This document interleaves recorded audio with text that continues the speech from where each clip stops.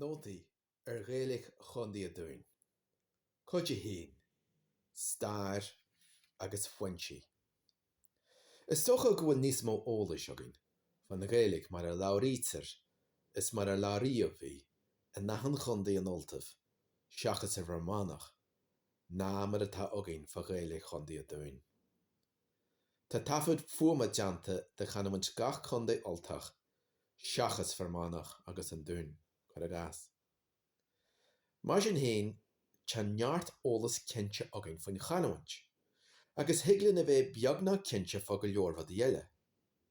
Cailliú na rianta dearanacha den teanga a chundaí dúinn sna 1940 is dócha. A baráisteach léamh agus a baráisteach huair i neisceart an chundaí. Tá neart finis le fáil san alt Cimsea a scríomh an Dr. Ciaran ó Down, The Irish Language in County Down. Bhí sé seo le ráige má thuairim dhéirí ar an ábhar. In Clondalk, it is clear that children born before 1840 were generally raised with Irish. Irish was still quite widely used in the 1880s. Fluent speakers were not hard to find in the 1890s, and at least one man knowing some words of native County Down Irish was living as late as 1945. Louis Emrys Evans in a lower Moran country, a scríobh sé sa bhliain 1950 an Gaeilge a bheith whilehart ar Walla Hill, Glundave. The Gaelic language could still be heard in Hilltown in the late 19th century. And the last native speakers, as distinct from those who have learned Gaelic in the schools, have only recently died out. Chomaile sin tan ráte seo deanta ag an ollamh Michael O'Mannion a dacha le huasaid loganimneacha Gaeilge a Glundave. One is left with the impression that of all of the parishes in this part of the county, the original Irish forms of place names lingered longest in Clondalk. Tá an cúnta seo againn ó 1880. There are a good many Irish-speaking people in the neighbourhood of Hilltown, though I think nearly all of them can speak English. When, however, they frequent fairs in the upper parts of County Armagh, for instance, they met with people who speak English very imperfectly, and with these people the Down men converse altogether in Irish. A correspondent of W.H. Patterson. Rin R.L. Prager na ráte seo leannas maidir le huasaid na Gaeilge ag Walla Hill.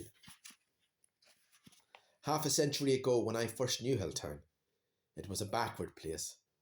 One might still hear Irish spoken by the old people who were full of old tales.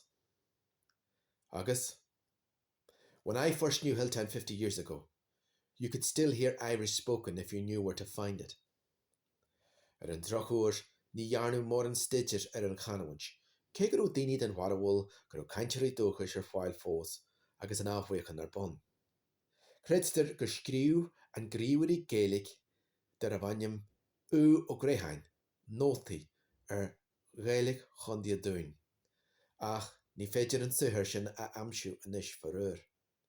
Cé go bhfuil ráiteas againn mhuaí a chur an niúl dúinn gur ó anna chosalacht idir Gaeilge an dúinn agus chanamuint amé a bhar go dtí deirú na seachtaidí ar a láiad.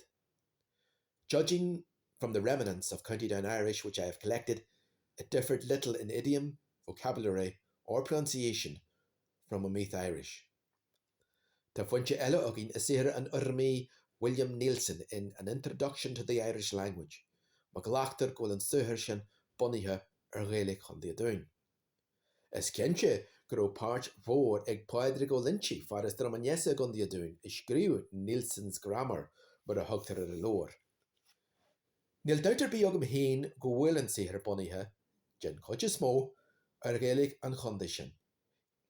Cé go bhfuil caighdeanú áirithe deanta ar an ábhar agus go bhfuil clasicachas le fáil an go cinnte. Is cinnte gur fuinse an tábhachtach é den té a bhfuil siméige is stair in Gaeilge chundaí olú, agus go bhfuil rion láidir de chanamuint an dúinn is. Is féidir a rud céarna rá faoin leabhar Bullag a Tullar, bhfuil si ag an Northern Star agus scríofa ag páidir go linn siad an chuid is mó. Ar náiche ní féidir a bheith cinsear gur Gaeilge chundaí a dúinn atá gceist de gcónaí ach is cinse go bhfuil sé bunaithe ar an chanahain sin dar lom. Seachas na foiintí siúd a fach tá foiinte ar lé agin san éanaise tar le fáil a logáinneachaí a chundaí de bhhail se faran agus bhin logáinneachaí.